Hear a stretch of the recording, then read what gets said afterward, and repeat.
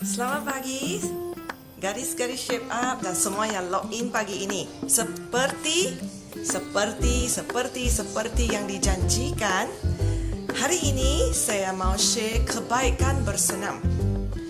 Saya selalu terima soalan begini. Mereka kata, "Coach, kamu kata dan banyak orang kata, kalau nak kuruskan badan, 80% bergantung kepada pemakanan. Cuma 20% bergantung pada senaman.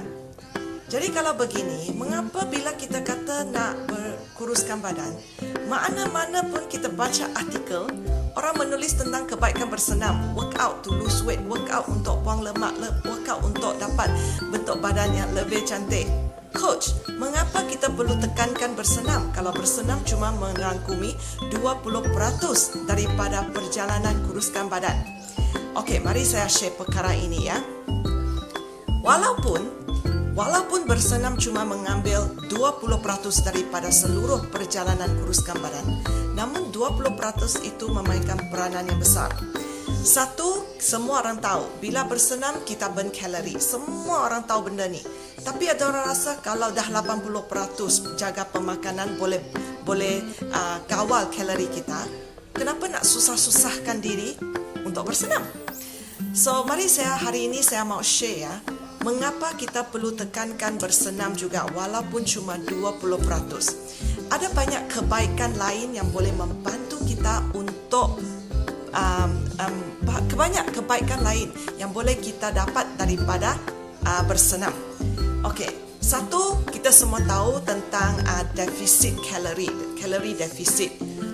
Kalori masuk, tolak kalori keluar akan bantu kamu kuruskan badan. Kalau kalori yang keluar melebihi kalori yang masuk, kamu akan kurus dengan sangat-sangat cepat. Tetapi selain bersenam untuk membuang kalori, bersenam juga membawa banyak kebaikan lain. Mari saya share. Yang pertama, bersenam membantu badan kita dalam satu aspek. Kalau bersenam secara ringan-ringan, senaman ringan sebelum tidur membantu kamu untuk mendapat tidur yang lebih berkualiti. Mengapa ini terjadi? Apabila kita bersenam, badan kita akan respond in a way, perubahan suhu akan berlaku dalam badan kita. Perubahan suhu ini adalah perubahan suhu yang sama yang akan berlaku semasa badan kita mau masuk ke dalam level stage untuk tidur. Jadi perubahan suhu yang berlaku dalam semasa kita bersenam dan perubahan suhu yang berlaku dalam badan kita apabila badan kita mau masuk ke dalam stage untuk tidur adalah sama. Jadi mekanisme yang berlaku dalam perubahan suhu badan semasa kita bersenam membantu badan kita switch, memberitahu badan kita bahawa itu adalah waktu tidur. Jadi bersenam menghasilkan satu mekanisme perubahan suhu dalam badan yang boleh membantu badan kita untuk membaca isyarat untuk tidur.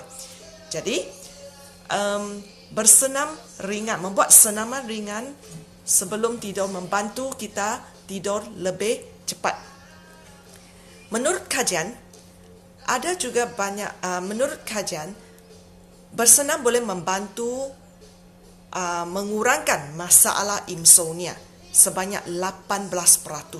18% daripada orang mengalami masalah insomnia yang sangat kritikal. Dan bersenam boleh membantu, ini menurut kajian ya, kajian yang telah disah, okay? Real case ya. Bersenam membantu kita tidur lebih cepat 13 minit lebih awal, dan bersenam juga membantu kita tidur dengan lebih lama 18 minit lebih lama daripada tidur biasa. So itu kebaikannya. Bersenam membantu kita mendapat kualiti tidur yang lebih baik. Itu satu. Dua, bersenam juga membantu badan kita handle stres. Ini saya tekankan berkali-kali. Stres menyebabkan badan kita naik. Kalau kamu perasan dengan pemakanan yang sama tetapi bila musim stres, kamu perasan badan kamu naik lebih cepat. Terutamanya bagi golongan yang berumur kira-kira hampir 40-an ataupun dalam 40-an. Macam saya, okey? Makan sama, tapi bila gaya hidup kita berbeza, bila stres level kita meningkat, kamu perasan berat badan kamu juga akan meningkat. Kebanyakan, ini adalah kes untuk kebanyakan orang. Mengapa ini terjadi? Ini terjadi kerana stres hormon dalam badan kita mempengaruhi mekanisme simpan kalori tambahan menjadi lemak dalam badan. In another word, dalam erti kata lain, hormon stres dalam badan kita menyebabkan badan kita lebih senang kumpul lemak. Jadi bersenam membantu badan kita untuk di-stres. Bersenam membantu badan kita menghasilkan satu hormon yang kita panggil sebagai hormon serotonin. Hormon serotonin dalam layman terms, istilah orang marhen, orang kata, dipanggil sebagai hormon gembira, happy hormone. So apabila kamu bersenam dengan senaman yang kamu sukalah, okey, janganlah kamu pergi buat senaman yang stres-stres yang kamu tak boleh handle. Kalau kamu buat senaman yang kamu boleh handle, senaman begitu menjadi riadah.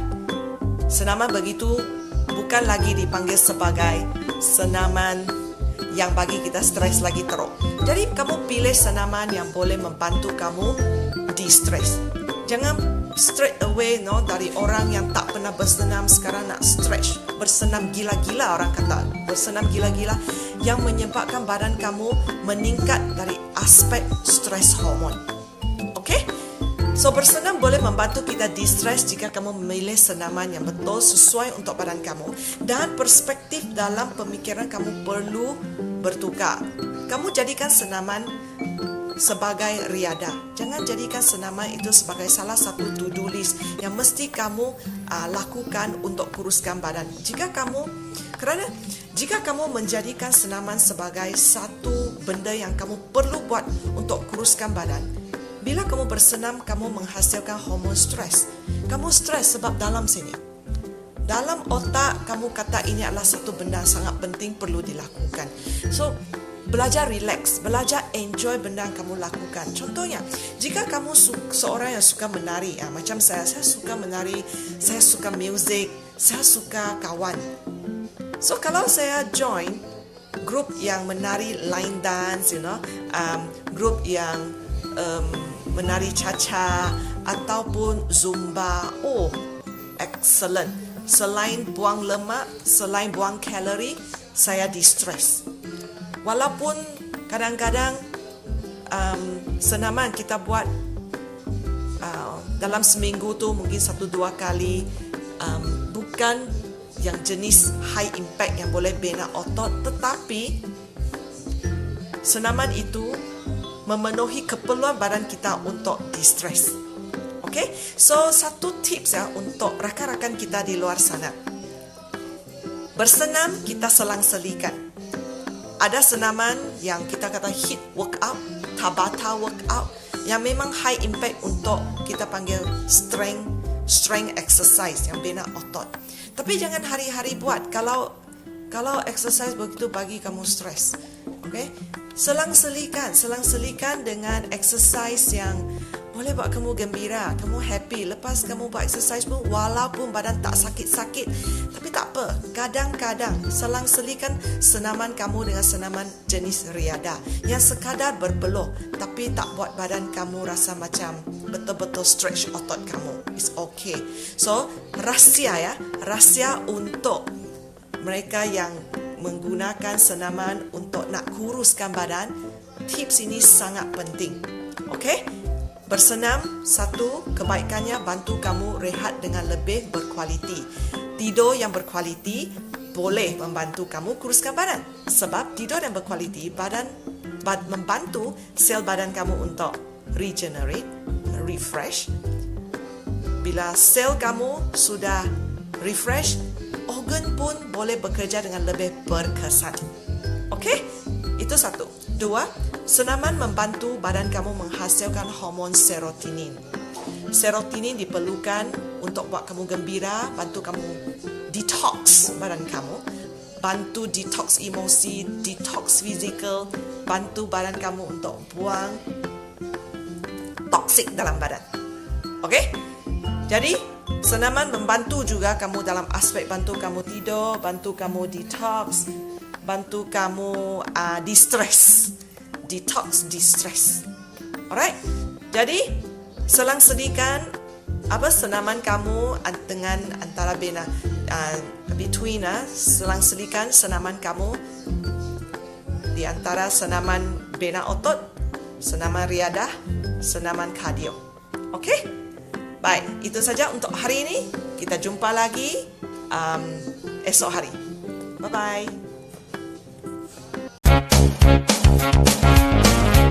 Like dan follow Shape Up dan belajar seni kuruskan badan bersama Coach Phoebe.